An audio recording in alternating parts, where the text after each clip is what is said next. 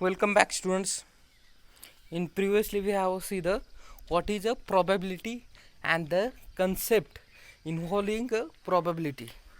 Previous lecture we have completed that. In this lecture we are going to see types of a probability. First binomial, then Poisson, then normal probability. One by one we are going to see. Let's see binomial. I was always saying that binomial it is a nothing but the concept inside the words. What is a binomial? Bi means two. Two norms are uses during this probability. Let's see binomial distribution used when there are exactly two mutually exclusive event exclusive outcomes of trials. I will say that the bi means two and nomials means two norms are uses. Which are two norms are uses? Binomial is used in a when two exactly mutually exclusive outcome of trials. कोणताही experiment करताना तुम्हाला दोन trial एखादी experiment करताना दोन तुम्हाला त्याचे trials घ्यावा लागतात. एक पॉझिटिव्ह ट्रायल्स आणि एक निगेटिव्ह ट्रायल्स. एक्सपेरिमेंट केल्यानंतर दोन क्रायटेरिया असते, एक तर पॉझिटिव्ह भेटेल किंवा निगेटिव्ह भेटेल. आणि तेच हे कुठं अप्लाय केलं जातं बायनॉमियल डिस्ट्रीब्युशनमध्ये. आता बघा देज outcome appropriately success and the failures. जे काय अप्रोप्रिएट आहे ते एक तर सक्सेसमध्ये असतं किंवा फेल्युअरमध्ये असतं. सक्सेस म्हणजे काय? सक्सेस म्हणजे काय? तुम्हाला जे प्रॉपर आउटकम लागतात त्यांना सक्सेस इथं कन्सिडर करायचं.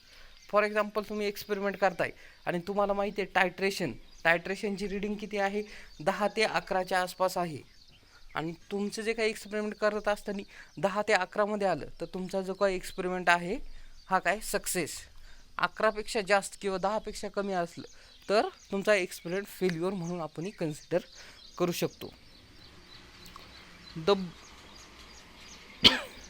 The binomial distribution used to obtain probability of the observing X success in a n trials with a probability of success on a trials is denoted by the P.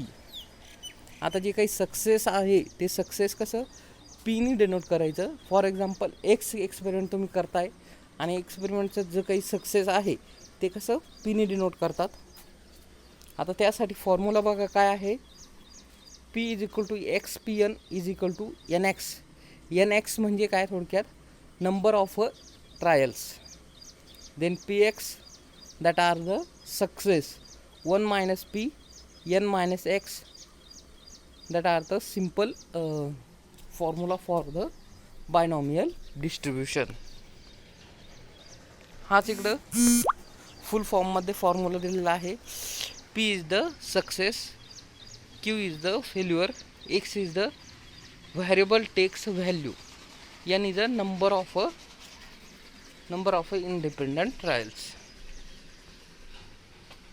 That are the concept of a binomial distribution and the formula used in a binomial distribution. Let's see condition of a binomial distribution.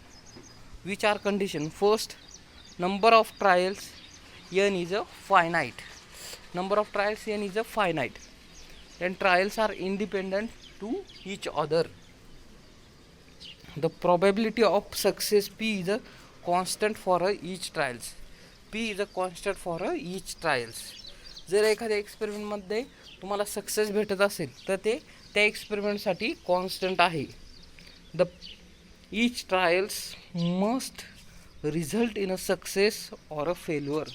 जे काही प्रत्येक experiment आहे त्यामध्ये success किंवा failure येऊ शकतं.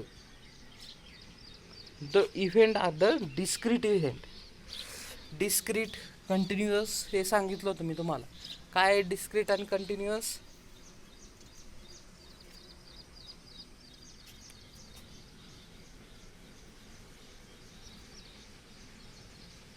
Discrete means a discontinuous variable. Okay. Discontinuous म्हणजे काय? तुम्ही ब्रेक देऊन डाटा किंवा ते व्हॅरिएबलचा स्टडी केला जातो. Then properties.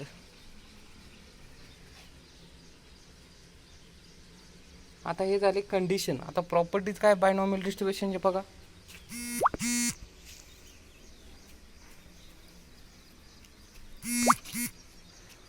Binomial distribution is a discrete distribution in which random variable x which assume 0, 1 to n. First property, binomial distribution is a discrete distribution in which random variable is from assume x to 0, 1, 2, 3, 4, 5, 6, 7 up to the n finite. P and Q is given binomial distribution will be symmetrical. Q u किंवा p u किंवा failure u किंवा success u हे काय असणार आहे, similar असण्याची शक्यता आहे किंवा symmetrical. If p and the q are not equal in the distribution the skew of a distribution. P आणि क्यू जर सिमेट्रिकल नसेल तर काय करायचं तुम्हाला, डिस्ट्रीब्युशन विल बी स्क्यू. आता स्क्यू ऑफ डिस्ट्रीब्युशन म्हणजेच काय, जे काही आहे तुम्हाला तो एक्सपेरिमेंट रिपीट करायचा आहे, स्क्यू डिस्ट्रीब्युशन. आणि यामध्ये काही टर्म्स यूज केलेला आहे. Central tendency. सेंट्रल टेंडन्सीमध्ये mean is equal to N P, variance is equal to N P Q. That are the variance. That are the properties of a binomial distribution. Next is the application of binomial distribution.